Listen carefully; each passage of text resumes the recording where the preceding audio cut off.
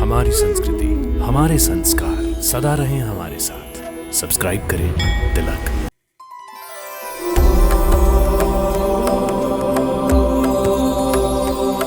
हरिओम, सात्विक जीवन में आपका स्वागत है। इस युग की भागती दौड़ती थका देने वाली जिंदगी में हमारे पास सोने के लिए सीमित समय होता है और हम ये चाहते हैं कि हम जैसे ही सोने जाएं हमें तुरंत नींद आ जाए और हम सुबह एकदम तरोताज़ा, फ्रेश और रिचार्ज उठें। भगवद गीता सिखाती है कि निद्रा या नींद मन और शरीर को आराम देने और अपने वास्तविक स्वरूप से जुड़ने का एक तरीका है। निद्रा गहरी नींद की अवस्था है। ये उच्च शक्ति के प्रति पूर्ण समर्पण की स्थिति है। योग और निद्रा एक ही सिक्के के दो पहलू हैं। मैं शिवाली सात्विक जीवन के इस पथ पे आपकी साथी। अगर आप भी परेशान हैं स्वस्थ नींद ना मिलने के कारण, तो आप बिल्कुल सही वीडियो देख रहे हैं। इस वीडियो में हम आपको ऐसे योग अभ्यास बताएंगे जो आपको एक स्वस्थ नींद पाने में सहायक होंगे, वो भी बिना किसी दवाई के। बस आपको सोने से पहले हर एक आसन 3 से 5 मिनट रोज करना होगा। तो चलिए शुरू करते हैं हमारा पहला आसन, बालासना, वाइड नी चाइल्ड पोज। ये आसना हमारे मन और बॉडी को शांत और स्थिर महसूस कराता है। अगर आपको नी या हिप इंजरी है तो इसे बहुत ही सावधानी से करें। मैट पर घुटने टेक कर खड़े हो जाएं और दोनों पैरों के अंगूठों को आपस में जोड़ लें। अब अपने घुटनों को अपने हिप के बराबर जमीन पे खोल लें। सांस छोड़ते हुए अपने कमर से ऊपर के हिस्से को थाइस की तरफ झुकाएं। माथे को जमीन पे टच करने की कोशिश करें। दोनों हथेलियां आसमान की तरफ खुली हुई और बाजुएं हिप्स की तरफ फैली हुई एक दूसरे के पैरेलल रहेंगी। अगर आप इसे और एक्टिव बनाना चाहते हैं तो माथे को ज़मीन पर धीरे धीरे एक आईब्रो से दूसरे आईब्रो तक साइड वाइज रोल करें। इससे आपके ब्रोज और माथे का स्ट्रेस कम होगा। अपनी नाक से इनहेल एक्सहेल करते रहें। स्टैंडिंग फॉरवर्ड बेंड, उत्तान आसन। स्लीप योगा फ्लो का दूसरा आसन है उत्तान आसन। अपने पैरों को हिप वाइड ओपन करके खड़े हो जाएं। अब गहरी लंबी सांस लें। सांस छोड़ते हुए अपने कमर के ऊपर के हिस्से को नीचे लेकर आएं। इस आसन का पर्पस हाथों को जमीन पे छूना नहीं, बल्कि बैकबोन या रीढ़ की हड्डी, नेक मसल्स को सीधा और रिलैक्स करना है। तो बिना किसी प्रेशर डाले आपके पैरों, घुटनों, काफ्स और थाइज में स्ट्रेच फील करते हुए आप सिर्फ ज़मीन की तरफ अपने हाथों को लूज छोड़ दें। अगर आपको कोई बैक इंजरी है तो हाथों से वुडन ब्लॉक्स का सपोर्ट लेकर भी इसे कर सकते हैं।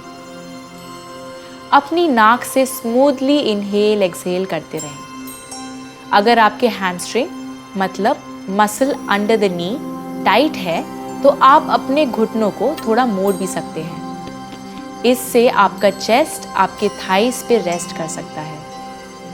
अब हल्के से गर्दन को ना और हाँ के इशारे में हिलाएं, वर्टिकल और हॉरिजॉन्टल डायरेक्शंस में।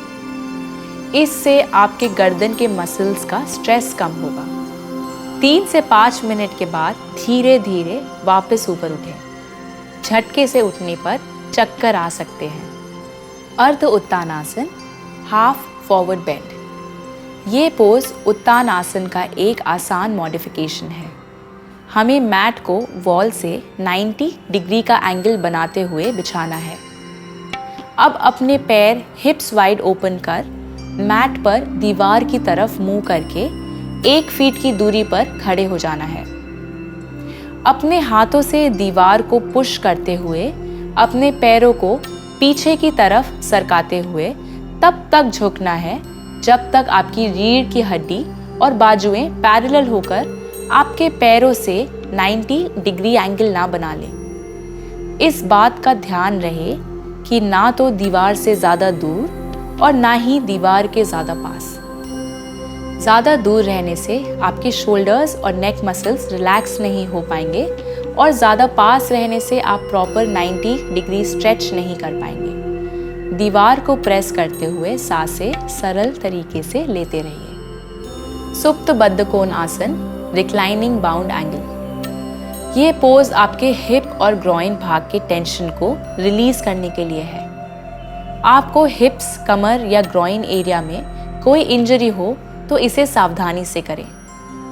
शुरुआत में आपको सपोर्ट के लिए कुछ तकिए या वुडन ब्लॉक्स की ज़रूरत पड़ सकती है। मैट पर पीठ के बल सीधा लेट जाएं। दोनों पैरों को जोड़कर घुटने ऊपर की तरफ मोड़ लें। अब दोनों घुटने एक दूसरे से दूर ले जाने की कोशिश करें। आपके पैरों के तलवे एक दूसरे से जुड़े हुए होने चाहिए। अपने घुटनों के नीचे सपोर्ट के लिए तकिया रख सकते हैं। हाथ जमीन पर 45 डिग्री पर रहेंगे। घुटनों पर ज़्यादा जोर ना लगाएं, ग्रेविटी का फोर्स ही काफ़ी है। आप हिप्स और ग्रॉइन में हल्का स्ट्रेच फील कर पा रहे हैं? ये स्ट्रेच पेनफुल नहीं होना चाहिए। अगर दर्द हो रहा है तो एक और तकिया यूज़ करिए। सांसें स्मूथ और सरल रिदम में रहेंगी। विपरीत करनी आसन, legs up against the wall.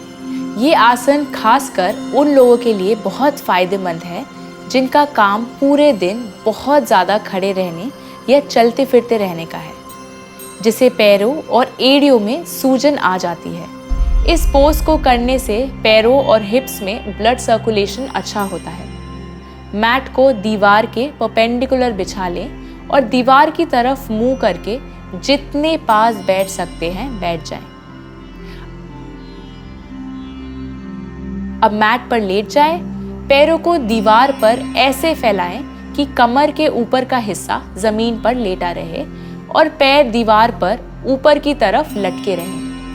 इसे विपरीत करने इसलिए कहते हैं क्योंकि ये दीवार से टिक कर बैठने का बिल्कुल विपरीत मतलब उल्टा है।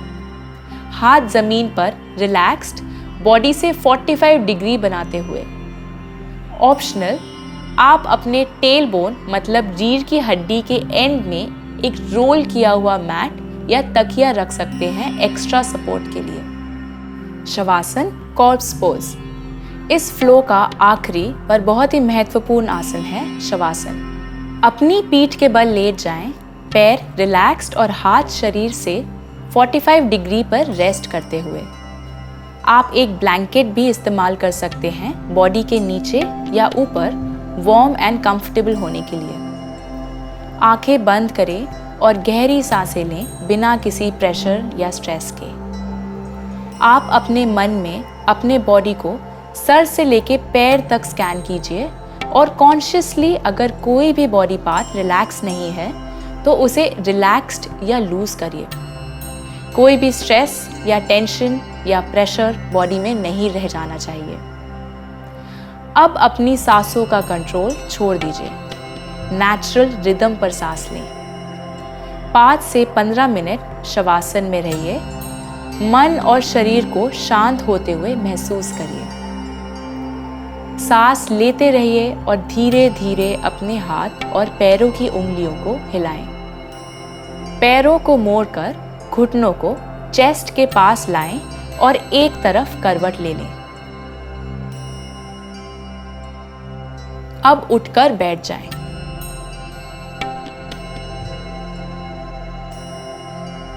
धीरे धीरे आंखें खोलें और सांस अंदर बाहर लेना शुरू कर दें।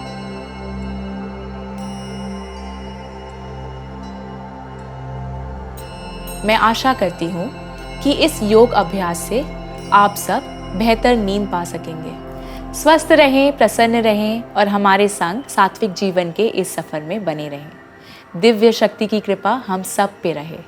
नमस्कार।